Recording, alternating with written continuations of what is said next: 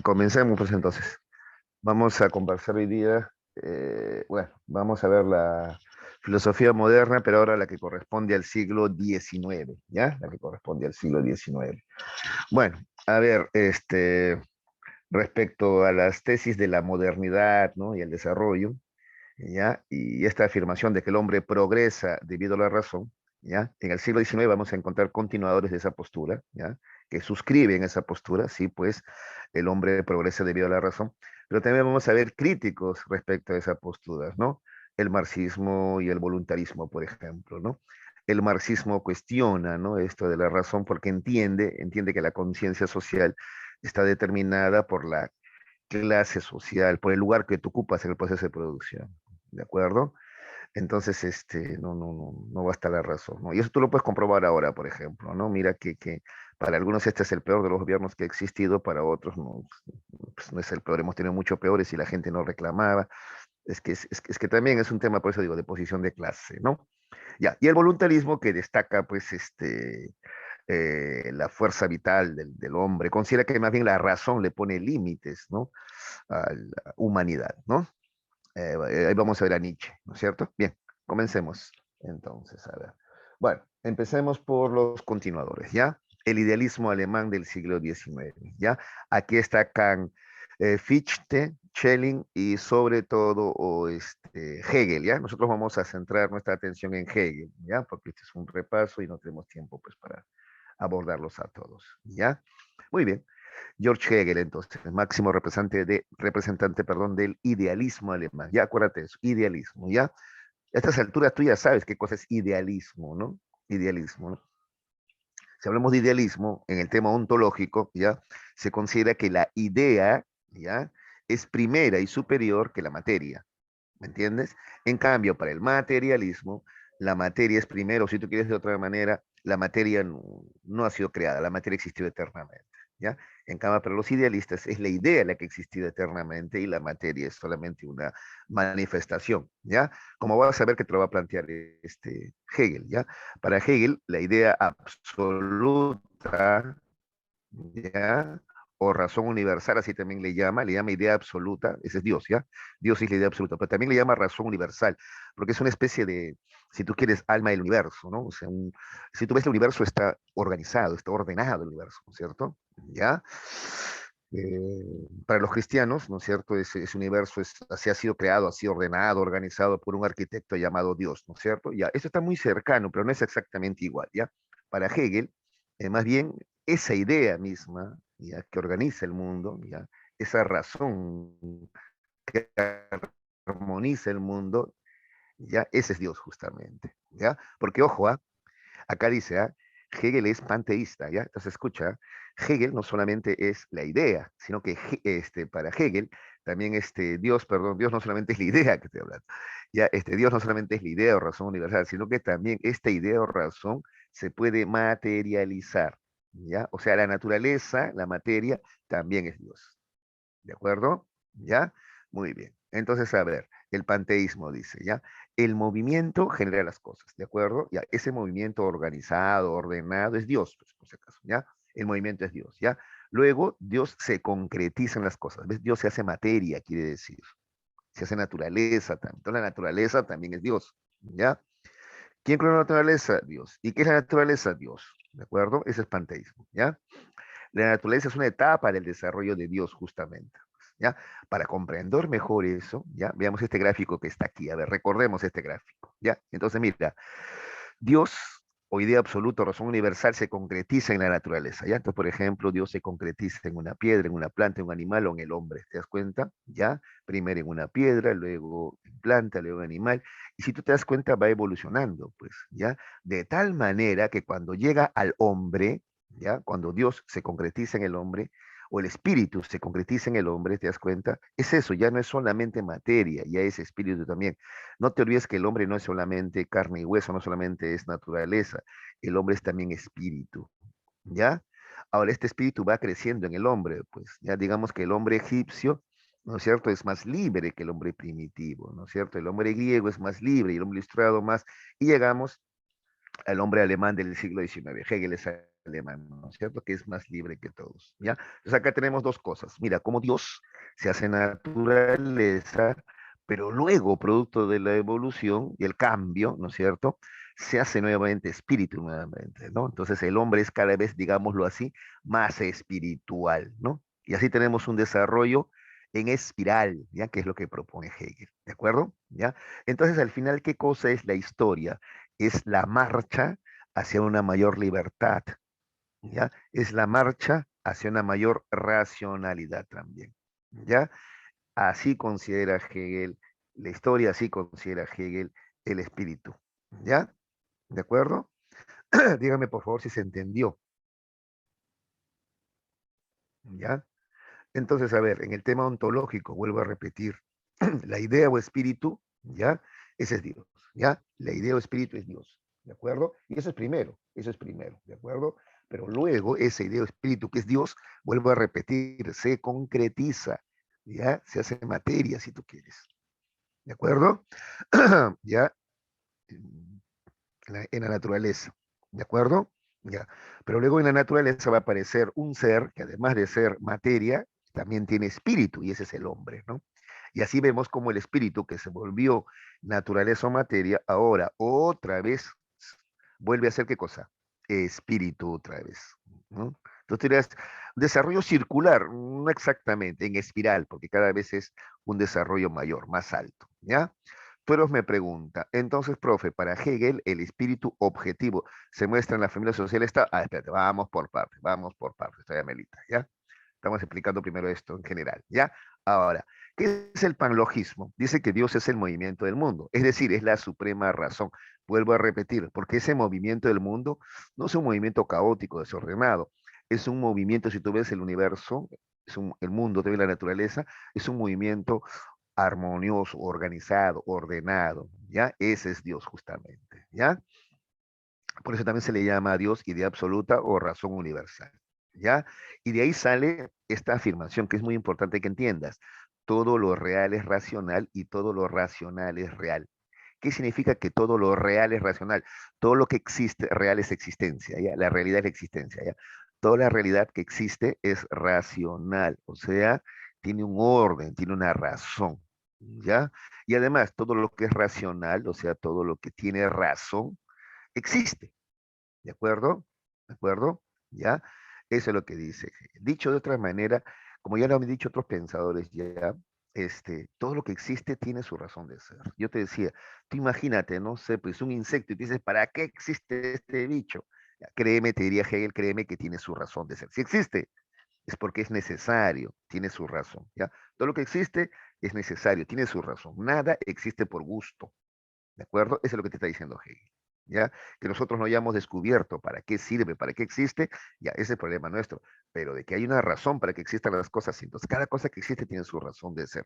Porque no te olvides que Dios es razón universal. De pronto no va a creer algo sin razón o sin sentido, porque Dios es razón universal. ¿De acuerdo? ¿Ya? Muy bien. Porque si una cosa ya pierde su razón de ser, entonces ya no existe. ¿Ya? ¿De acuerdo? ¿Ya? Mira, a pesar de su idealismo, esto tú podrías relacionarlo con las posturas de Darwin, ¿no? Darwin también te plantea, ¿no? Que hay o sea, cada animalito que existe es para que exista otro a la vez, ¿no es cierto? Por ejemplo, a ver, existen plantas para que los herbívoros coman las plantas, ¿ya? Pero existen predadores carnívoros para que estos carnívoros se coman a los herbívoros. ¿Para qué? Para que estos herbívoros no aumenten tanto y no depreden toda la vegetación. ¿Ves? O sea, todo tiene su razón de ser. Ahora, ese predador, ¿quién le elimina? Entonces también aparece otro ser, no sé, el hombre, alguna bacteria, virus, no sé. La cosa que todo lo que existe tiene su razón de ser, existe por algo y para algo. Es lo que te quiere decir Hegel. ¿Ya? ¿De acuerdo? Muy bien. Dice, a ver, Josué, profe, cuando menciona que todo lo que existe tiene una razón, se enfoca en el ámbito material y físico o también en el espiritual e invisible. Todo, en cualquier aspecto, ¿ya? En general todo. Porque al final, para Hegel, la materia es solamente una función, ¿ya? Del espíritu, ¿ya? La materia es solamente una etapa, ¿ya? ¿De acuerdo? Es parte de. Muy bien, sigamos. Muy bien. Ahora, el Estado alemán, decía Hegel, es el que mejor garantiza la libertad del hombre. En ese momento, pues en el siglo XIX, ¿no es cierto? ¿Ya? Mira que varios filósofos también han tocado este tema, ¿no es cierto? La importancia de que un Estado bien organizado permite el desarrollo del hombre, ¿no? Ya lo decía Hegel con su, ¿no? Es un político, ¿no? El hombre es animal político, ¿no? Acá lo reitera también Hegel, ¿ya? Muy bien, ahora veamos el sistema del mundo, ¿ya? A ver, Dios, que es la idea absoluta, al desarrollarse, ¿ya? Y constituir, mira, no dice construir, constituir. O si tú quieres constituirse en el universo, ¿ya? ¿De acuerdo?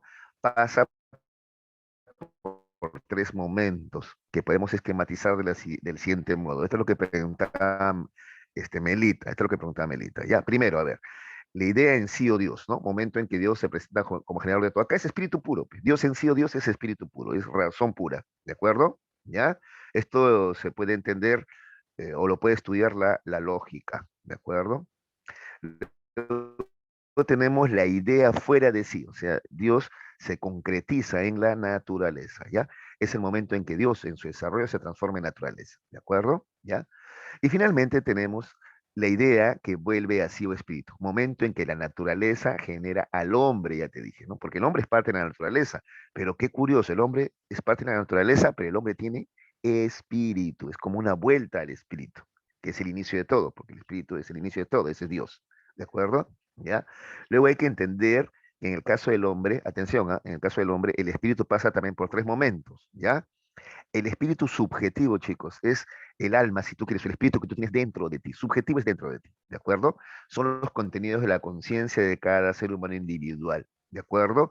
Son, por ejemplo, tus pensamientos, tus sentimientos.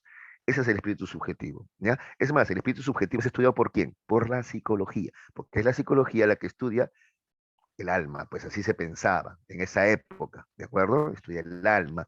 ¿Y qué es el alma? Tus pensamientos, tus sentimientos, tu forma de ser, ¿de acuerdo? Eso es la psicología. Melita, atención, ¿ah? Luego tenemos el espíritu objetivo. Objetivo ya no es dentro de ti, esto ya es fuera de ti, ¿sí o no? ¿De acuerdo? No vamos a negar que la sociedad es también organizada, ordenada a esa racionalidad ya de los hombres en sociedad, a eso se le llama espíritu objetivo, lo que está fuera de ti, ¿ya? Entonces, por eso ahí tenemos a la familia, acá falta la familia, ¿ya? La sociedad y el Estado. La sociedad y el Estado son el espíritu objetivación, de armonización entre hombres también, ¿ya? Ese es el espíritu objetivo. Entonces, tenemos el espíritu absoluto, ¿ya? Dice, esos son los mayores productos de la sociedad. ¿Cuáles son? El arte, la religión y la filosofía. Eso sería el espíritu absoluto. ¿De acuerdo? Muy bien. Respecto a la concepción dialéctica del mundo, este es un aporte muy importante de Hegel, ¿no? Para Hegel, que es idealista, primero son las ideas y luego las acciones, ¿de acuerdo? Entonces, primero cambian las ideas y luego el hombre, digamos así, se organiza, cambia en su modo de vida, ¿ya? Y las ideas cambian por contradicción, es decir, a toda tesis o afirmación le corresponde una negación o antítesis, ¿de acuerdo? Para finalmente llegar a una negación de la negación, que es la síntesis.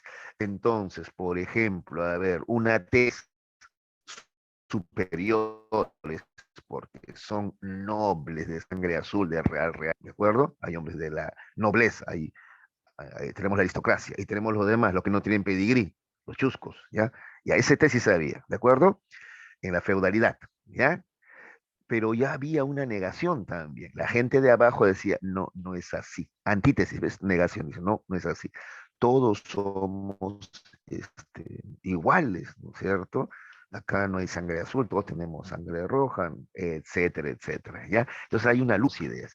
Y finalmente se llega a una síntesis, ¿no es cierto? Y hay un cambio pero hay un cambio de idea, un cambio de pensamiento, ¿no? Bueno, sí somos iguales, aunque, ¿no? Algunos somos un poco más listos, o sea, si tú ves, no es la negación total, ¿ah? Porque dime, es decir que ahora, después de la Revolución Francesa, ya todos, realmente lo sentimos, no, todavía no. Entonces, ha habido un cambio, pero no, no total todavía, ¿no? De tal manera que esta contradicción va a continuar, ¿ya?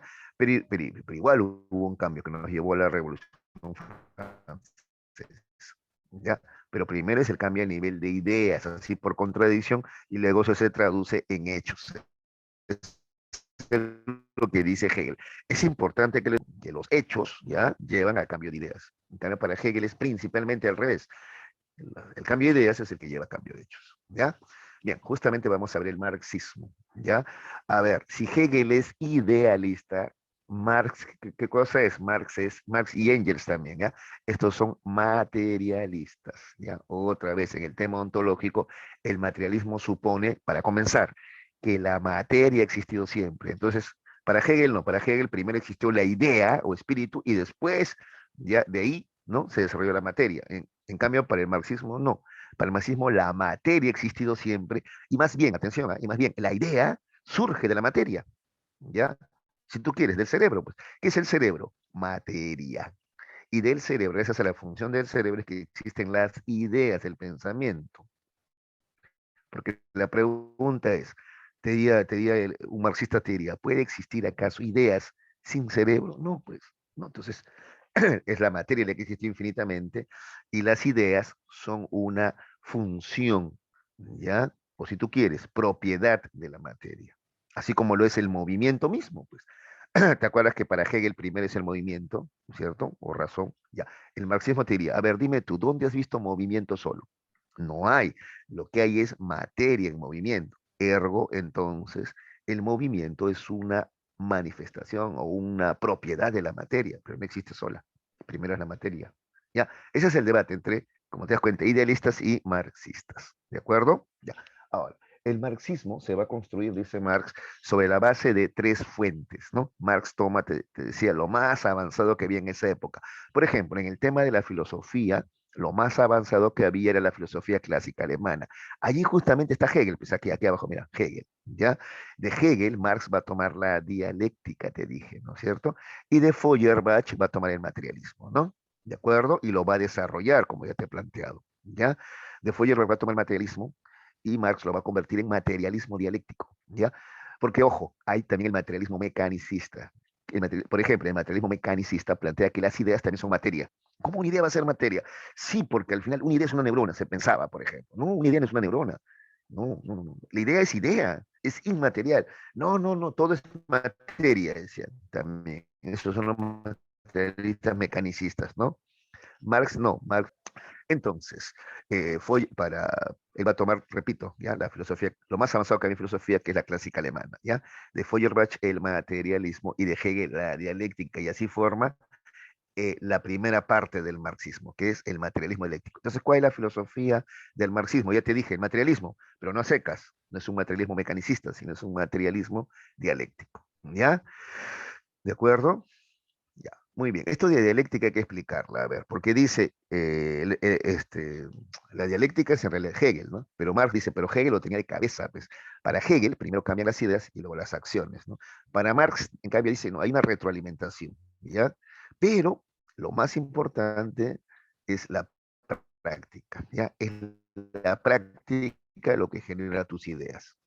De tal manera que si tú piensas de esta manera que piensas aquí, es por el lugar que ocupas en el proceso de producción. Es decir, tus padres son dueños de los medios de producción o alguien que vende la fuerza de trabajo. En el caso de ustedes, sus padres, ¿ya? Igual que yo, es alguien que vende su fuerza de trabajo, ¿de acuerdo? Es un asalariado, ¿ya? Por eso ustedes piensan de una manera determinada. Si sus padres fueran dueños de los medios de producción, serían, por ejemplo, dueños del banco de crédito, por ejemplo, ustedes, ¿ya? ¿De acuerdo? Eso es lo que dice. Entonces, por eso, dice Marx, por eso, por ejemplo, el señor feudal pensaba de una manera, ¿no? Él sí pensaba, pues, que había razas superiores, ¿no? ¿No? Había una aristocracia que era superior, de pedigrí, ¿no? ¿De acuerdo? En cambio, el de abajo, el cierro, pensaba que no, no, todos somos iguales, pensaba, por ejemplo, ¿no? Entonces ese pensamiento se debe, porque ese pensamiento no viene del aire, ¿eh? Ese modo de pensar viene del lugar que ocupa en el proceso de producción. Pues, si eras feudal, o sea, dueño del castillo, o eras más bien un vasallo, ¿ya? Y en la actualidad es lo mismo, ¿ya?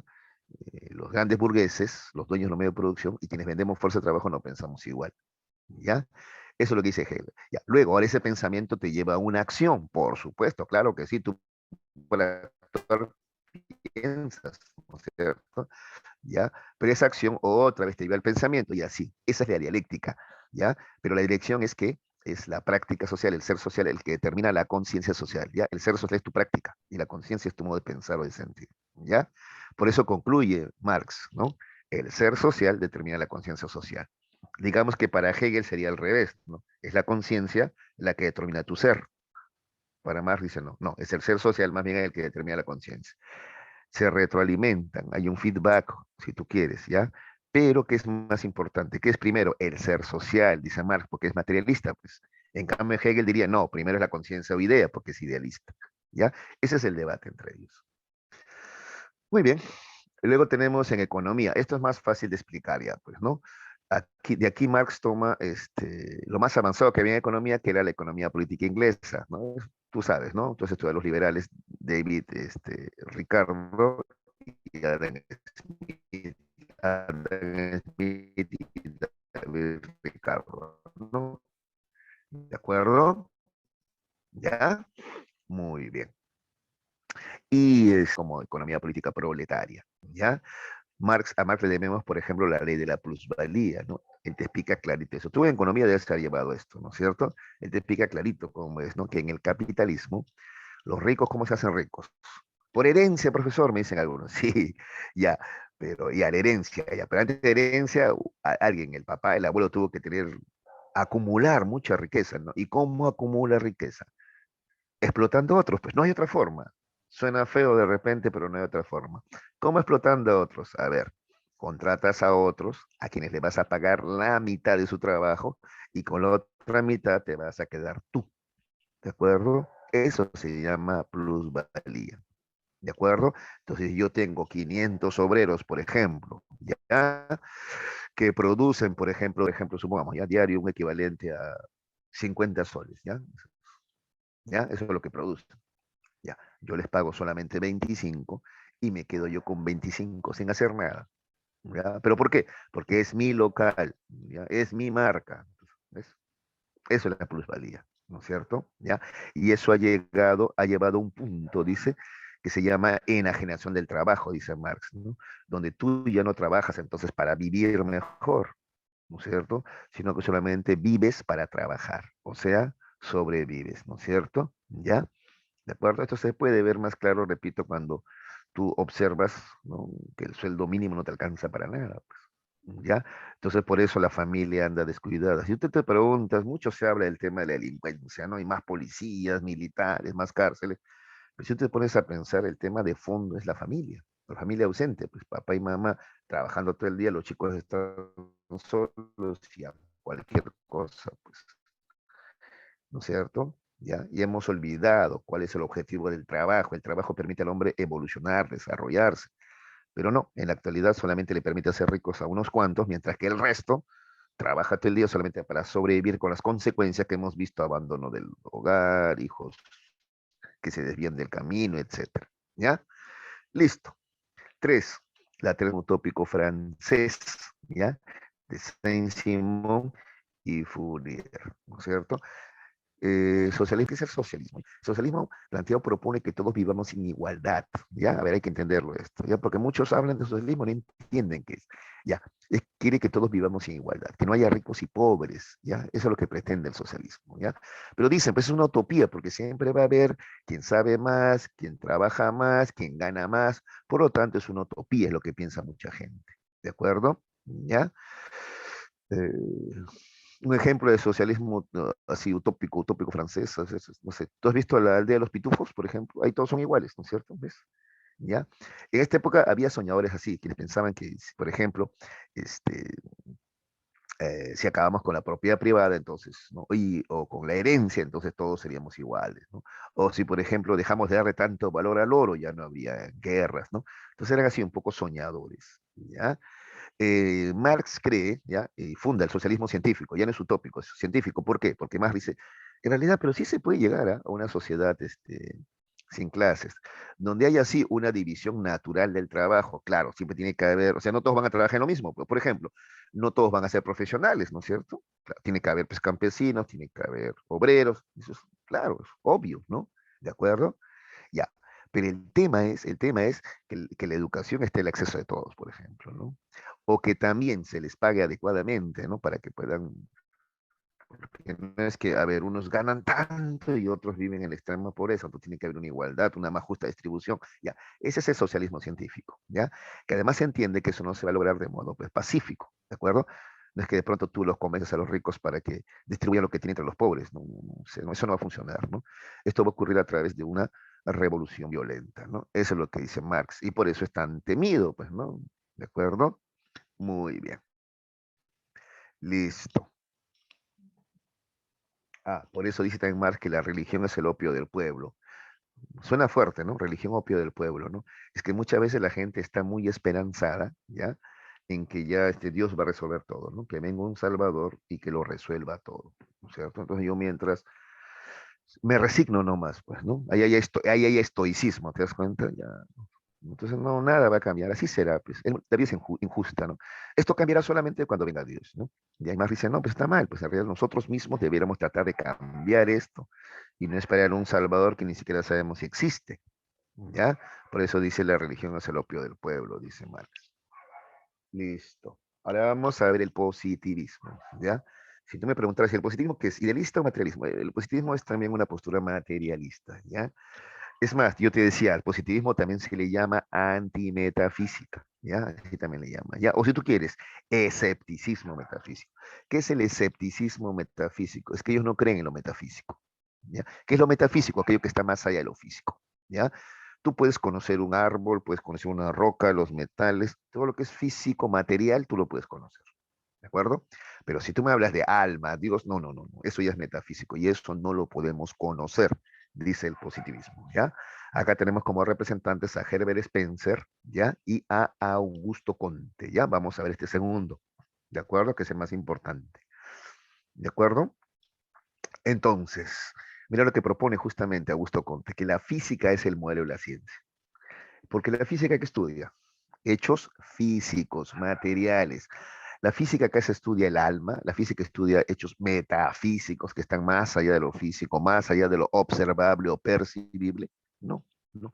Ya, entonces todas las ciencias tendrían que seguir ya el modelo de la física. Eso es lo que plantea el positivismo, porque repito, solamente se puede conocer lo que es físico, material, y solamente se puede hacer ciencia de aquello. ¿Ya?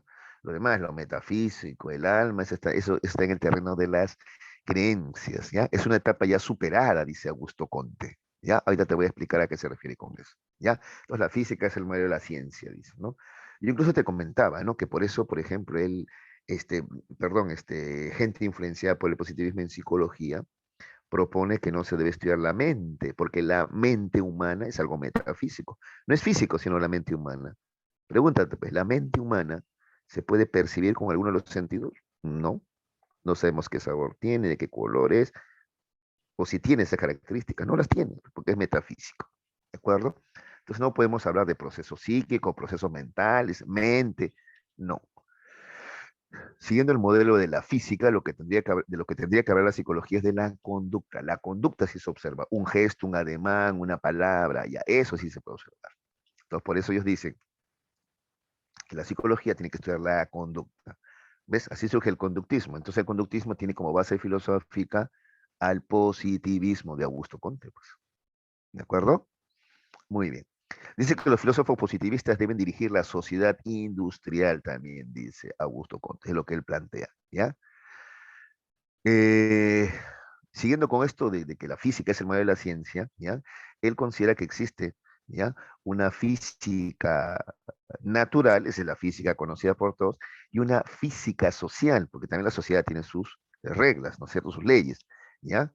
Esa física social a la que en la actualidad llamamos sociología, ¿ya? Él es de los primeros en proponer que se puede estudiar de manera científica, ¿ya? A la sociedad, ¿de acuerdo? ¿Ya? Cuando se habla de manera científica se refiere a basarnos en la experimentación y la observación, pues, ¿de acuerdo? ¿Ya? Muy bien, por eso se le considera también a Augusto Comte el padre de la sociología. Ya, a ver, te decía que te iba a explicar, ¿no?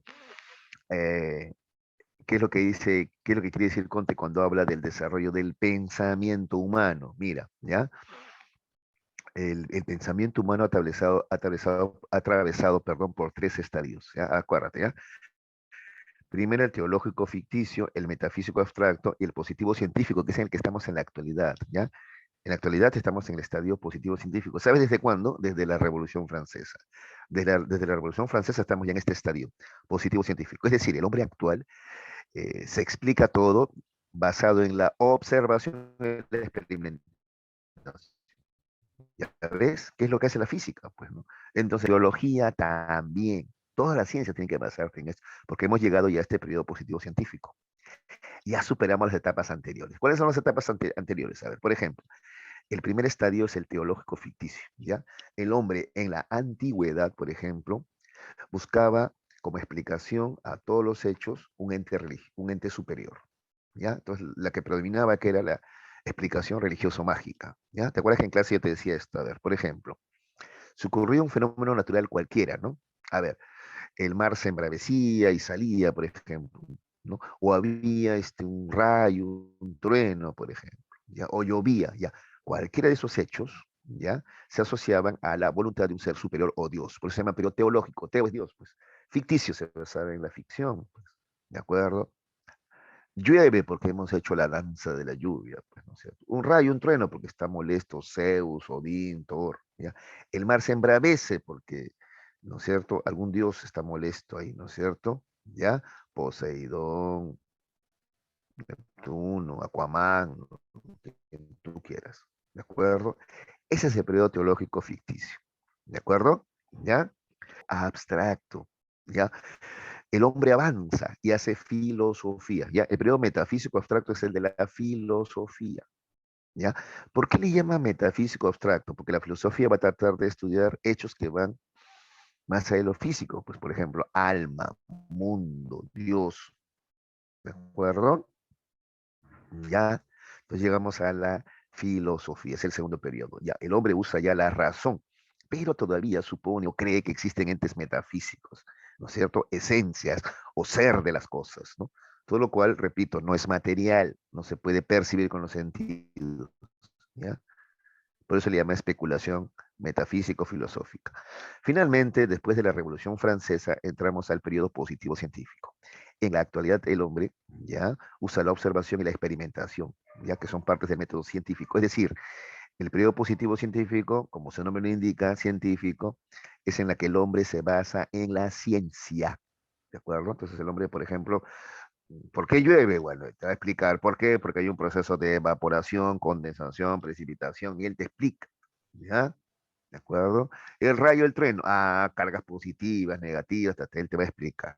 En ese periodo estamos, es lo que dice Augusto Conte, ¿ya?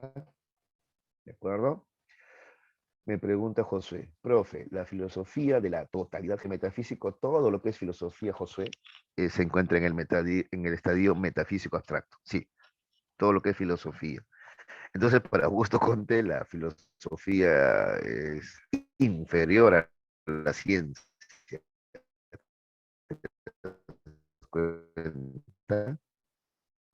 ¿Ya?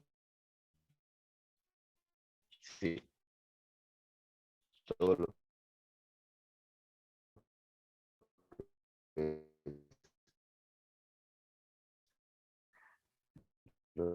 filosofía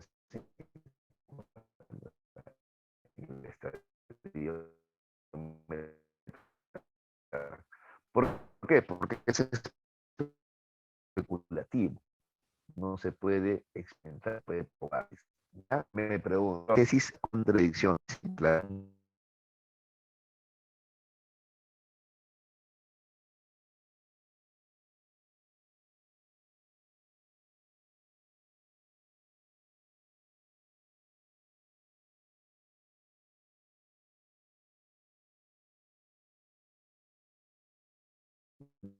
Ya, ya muchachos, se fue la señal por un momento, ¿no? Ya, vamos a volver a compartir pantalla, ¿ya? A ver. sigamos jugando pantalla entonces. Ya. Entonces le estaba contestando a Melita, ¿no? ¿Ya?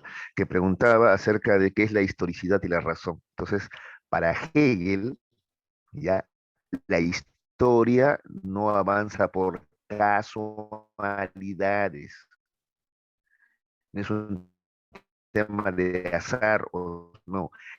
La historia corresponde a un desarrollo de mayor avance de la razón en el hombre, por ejemplo, y la libertad también. ¿De acuerdo? ¿Ya? Espíritu subjetivo. Ejemplos de espíritu subjetivo, Melita. Dije, tus pensamientos, tus sentimientos, tus emociones. Ese es el espíritu subjetivo. Lo subjetivo es lo que está dentro de cada uno de nosotros. Ese es nuestro mundo subjetivo. Mi imaginación, mis sentimientos, mis pensamientos, mis preocupaciones. Ese es mi mundo subjetivo. ¿De acuerdo? ¿Sí, Melita? ¿Se entendió? ¿Me escuchan, no? Sí, profe, sí. Ah, perfecto, perfecto. Pensé que no me escuchaban. Muy bien, listo, chicos. Gracias por las preguntas. Muy bien, ya. Vamos ahora para terminar ya al voluntarismo. Voluntarismo. En algunos textos también aparece como vitalismo, ¿no? Vas a ver cómo estos personajes, ¿ya? Schopenhauer, nosotros vamos hoy día solamente a Nietzsche, ¿ya? Nietzsche, le dan mucha importancia al tema de la voluntad, estar asociado a los... La voluntad es como algo así, como digamos así, la fuerza que tiene el hombre, ¿ya? Ahí te vas a entender a qué me refiero, a ver. Muy bien. Nietzsche es partidario, dice, de la teoría de Darwin, es biologicista, ¿de acuerdo? Entonces dice que hay que aceptar la naturaleza humana, pues, ¿ya? ¿Ya? Por eso él propone, mira acá está, propone el amor a la naturaleza tal como es, ¿de acuerdo? ¿Y esto cómo se cultiva? De la siguiente manera. El espíritu dionisiaco, fuerza, mira, instintiva, impulso pleno de vida. Entonces el hombre debe dar rienda suelta a eso, a su fuerza instintiva, a su impulso pleno de vida. Ahí viene el vitalismo, ¿de acuerdo? ¿Ya? No sé, por ejemplo, no, pues, no limitarse por la moral, no limitarse a veces por lo que llamamos razón, por ejemplo, ¿no? Porque lo contrario al espíritu dionisíaco es el espíritu apolineo, pues que nos han desde Grecia, dice, ¿no? Donde, por ejemplo, tienes que ser formalito, tranquilito, mesurado, medidito, reprimido. Debemos dar rienda suelta a nuestro espíritu dionisíaco, ¿ya? Esa fuerza instintiva, impulso pleno de vida, dice, ¿ya? Ese es su vitalismo, esa vitalidad que el hombre, él considera que ha perdido, ¿no? Desde que apareció, pues, la llamada civilización occidental, ¿no? ¿Ya? Listo. Dentro de ese espíritu unicéfico tenemos, por ejemplo, la voluntad de poder, ¿ya? Dice que el hombre tiene voluntad de poder. Por eso también, repito, también se le llama buscar imponerse a los demás. Es inevitable, es natural, es parte de la naturaleza que se impongan los ¿de acuerdo? Hay una fuerza de dominio. Entonces, por ejemplo, a veces te dicen, no, tú eres más fuerte, pero no lo demuestres. Tienes que ser humilde. Ya, eso es un error para Nietzsche. No, si él es más fuerte, sé más. No, mejor no acosto, no sentir al mal a la gente, lo voy a hacer sentir menos a los demás. No, no, tú muéstrate quién eres. Esa es la voluntad de poder, ¿ya? Entonces, al final, para Nietzsche tienen que imponerse los más fuertes, pues, y los más débiles van a ser eliminados. Por eso también vas a ver luego que Nietzsche está en contra del socialismo, eso de la igualdad. No, no, no hay igualdad. Los más fuertes nos imponemos, dice, ¿no? O también está en contra del cristianismo, eso, ¿no? Lo mismo, igual que el socialismo, ¿no? Dice, ¿no? Hay que ayudar a los más débiles. No, no, no, dice. Él piensa que no, ¿ya? ¿Qué más? La moral de Amos propone también, ¿ya? Entonces, del espíritu unisaco se lleva la voluntad de poder, es una parte, ¿no? Y propone finalmente la moral de los amos. Esos son los valores de la aristocracia, dice, ¿no? Él respeta eso, ¿ya? ¿Por qué? Porque los valores de la aristocracia reflejan el espíritu dionisíaco y la voluntad de poder, ¿ya? Si tú ves, un aristócrata es soberbio, ¿ya? Individualista, orgulloso, y eso está bien, dice, está bien, ¿de acuerdo? ¿Ya? Entonces, no sé, pues, ¿qué personaje podría así haber? No sé si tú conoces alguno, por ejemplo, yo me acuerdo, aunque de esa manera, ¿no? Pero yo soy más listo, ¿de acuerdo? O decía, pero hay hombres con, ¿no? que son menos listos o débiles mentales, yo, y así, ¿no? Por ejemplo, ¿no? ¿De acuerdo? Soberbia, individualista, orgullosa, ¿no? ¿Ya? Porque lo contrario es lo que está impuesta, que es la moral del esclavo. Ahorita vamos a ver, ¿ya? Ahorita vamos a ver eso, ¿ya? Entonces, Nietzsche propone amar a la naturaleza tal como es. No hay que avergonzarnos de nuestra naturaleza humana. Entonces hay que seguir nuestro espíritu dionisiaco, ¿no? No hay que ocultar nuestra voluntad de poder y por tanto hay que tener la moral del amo, ser soberbios, individualistas, orgullosos, no hay nada de malo en eso. Así pensaba él, ¿ya? Por eso cuestiona duramente, primero, el espíritu apolíneo, que es lo contrario al dionisíaco, ya te había dicho, ¿no? ¿Qué es el espíritu apolíneo? Es la razón, facultad del orden y la medida. Si tú ves, desde que apareció Sócrates, dice Nietzsche, desde Sócrates, Platón, Aristóteles y todos los demás filósofos, te proponen lo mismo, ¿no? La mesura, ¿no? El orden, ¿no es cierto? El reprimirte, ¿no es cierto? Así piensa Nietzsche, ¿de acuerdo? Por eso critica o cuestiona el espíritu apolíneo, ¿de acuerdo? ¿Ya? Acá está, ¿ves? Sócrates fue el primero de los antihumanos, así habla Nietzsche, ¿ya?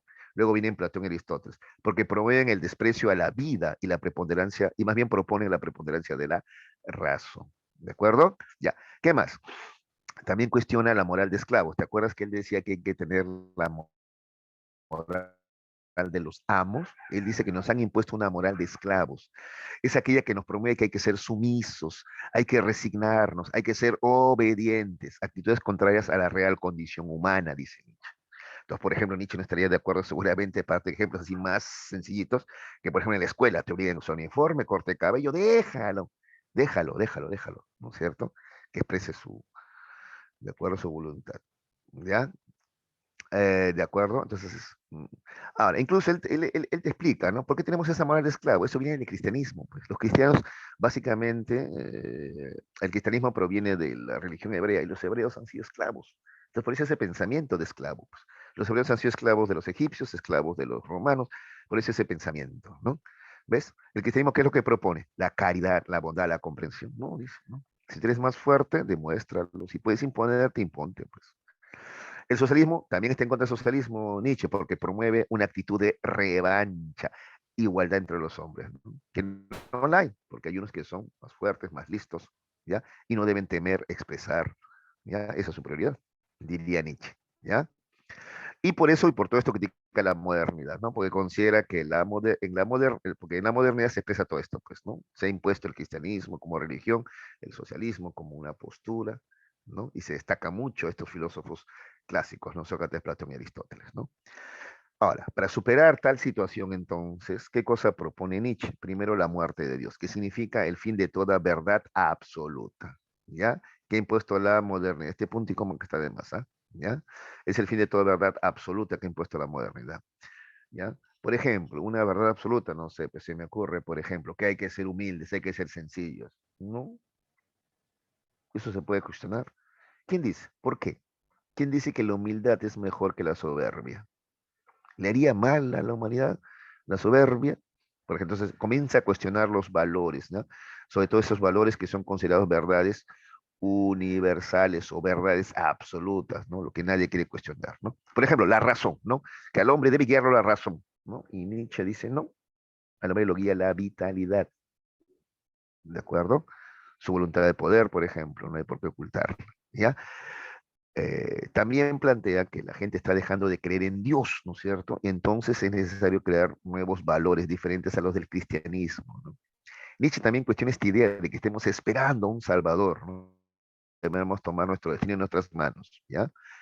Y crear nuestros propios valores. A eso de crear nuestros propios valores, ¿ya? Le llama transmutación de los valores, ¿de acuerdo? ¿Ya? Que esté basado sobre todo en la moral de los amos, no tanto en la de los esclavos, ¿no? Todo eso lleva al superhombre. El superhombre es el nuevo hombre, ¿ya? Porque él considera que los de ahora somos o estamos influenciados por antihumanos, o sea, no damos rienda suelta a nuestra humanidad, estamos perdiendo nuestra humanidad, ¿ya? Entonces él propone recuperar eso, ¿de acuerdo? Entonces el superhombre es aquel que, ¿ya?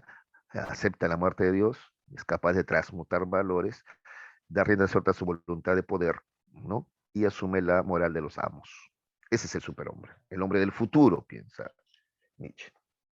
Listo, vamos a la dirigida, ¿ya chicos? Uy, justo, estamos justo. ¿Ya? A no ser que haya preguntas sobre Hegel, a ver, tenemos algo de tiempito, porque hoy vamos a ir hasta las 10:10, ¿ya? Hoy día, porque un poquito más tarde hemos comenzado.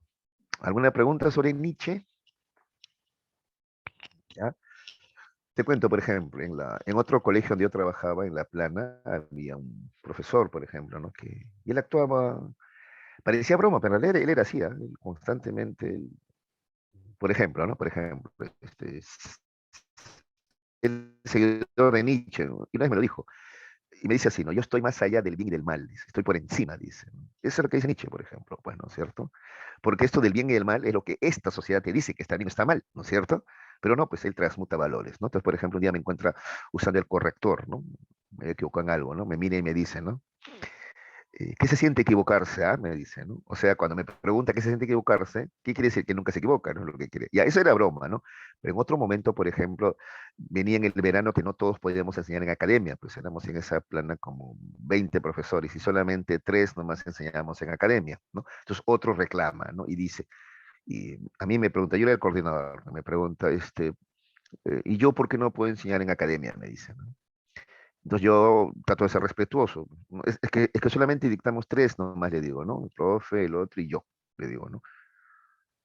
Pero ¿por qué yo no puedo dictar? Insiste, pues, ¿no? Y yo vuelvo a tratar de ser respetuoso, ¿no? Es que así es, o sea, bueno, por último, la dirección ha definido eso, ¿no? Que los profesores más antiguos, ¿no? Vamos a dictar academia. Pero ¿por qué? Que antigüedad, así comienza. Entonces ya el otro profe, seguidor de Nietzsche, le dice de frente, ya, le dice así, mira, ¿sabes por qué no vas a dictar? Porque no tienes la capacidad que nosotros tenemos. Así le dijo de frente, ¿no? Yo no les voy a mentir, ¿ah? También pensaba lo mismo, pero por un tema de respeto, de humildad, no se lo decía, ¿te das cuenta? En cambio, el otro, seguidor de Nietzsche, de frente le dijo, no, sí, no tienes el nivel que nosotros tenemos. Tan sencillo como eso. Así le dijo. ¿Ves? ¿Te das cuenta? Entonces, sí, sí, eso de... Y todavía me dice después, Guido, hay que dejar las falsas modestias, acá hay que aclarar las cosas. Me dice así de frente. ¿Ves? Muy bien, a ver, 3 preguntas hay, creo. Vamos a ver qué dicen acá. Ah, 2 hay. Profe, Nietzsche era bien divergente, dice José. Divergente, sí, en pensar de manera diferente a lo convencional, a lo que la mayoría piensa. ¿Sí? Sí, claro que sí, tenía un pensamiento divergente. Claro que sí, sí. Bastante divergente, polémico. Incluso algunos lo acusan de que tenía, ¿no? Sus problemas psicológicos, problemas mentales, así lo acusan algunos, ¿no es cierto? Pero era un tipo muy listo, tú tendrías que leer sus libros, es genial, ¿no? Pero a algunos les parecía extravagante por ser pues diferente. Y algunos dicen, no solamente extravagante, tenía problemas mentales, dicen, pero de eso no hay pruebas. Pues. Y en todo caso, juzguemos sus ideas, ¿no? No ataquemos a la persona, ¿no es cierto? Yo no estoy de acuerdo en todo, pero sí me parece digno de discutirlo, de debatirlo, ¿no? Interesante, ¿ya? ¿Qué más dice acá? Tueros me dice, me repite características de la filosofía nietzscheana de Nietzsche, a ver, las características, a ver, bueno, primero él es vitalista, él propone, ¿no es cierto? Eh, aceptar la naturaleza, tal como es en este caso la naturaleza humana, nuestros instintos. Un instinto nuestro, por ejemplo, igual que cualquier animal, es la de imponerse, ¿no? Expresar tu poder, tu voluntad de poder, por ejemplo. ¿De acuerdo? Eso es natural, por ejemplo, ¿no? ¿Qué cosa más plantea? No sé, te refieres a las características, ¿no? ¿Qué cosa más plantea, ¿no? Que debemos asumir, por tanto, la moral del amo, ¿no? Entonces Nietzsche cuestiona, critica duramente por eso, ¿ya? A la modernidad, al socialismo, al cristianismo, ¿de acuerdo? Ya, vamos a avanzar ahora con las preguntas. Ahora sí, ya. Práctica dirigida, a ver. ¿Es correcto en relación al pensamiento hegeliano? A ver qué dice Hegel. Hegel, ¿ah? Claro, la A, ¿ya? Hegel afirma que todo lo real es racional, o sea, todo lo que existe real es realidad, lo que existe en la realidad tiene su razón de ser. Y todo aquello que tiene su razón de ser o es necesario, es real, o sea, existe también. Muy bien, muy bien, muy bien. 2. Marx propone que el modo de producción ¿ya? Determina la ideología y las instituciones que se desarrollan en la sociedad. Esto se resume en, a ver, ¿qué significa esto de que el modo de producción determina ideología? Primero entendamos qué es un modo de producción. Entonces, por ejemplo, hemos tenido como modos de producción, primero, el modo de producción comunista primitivo.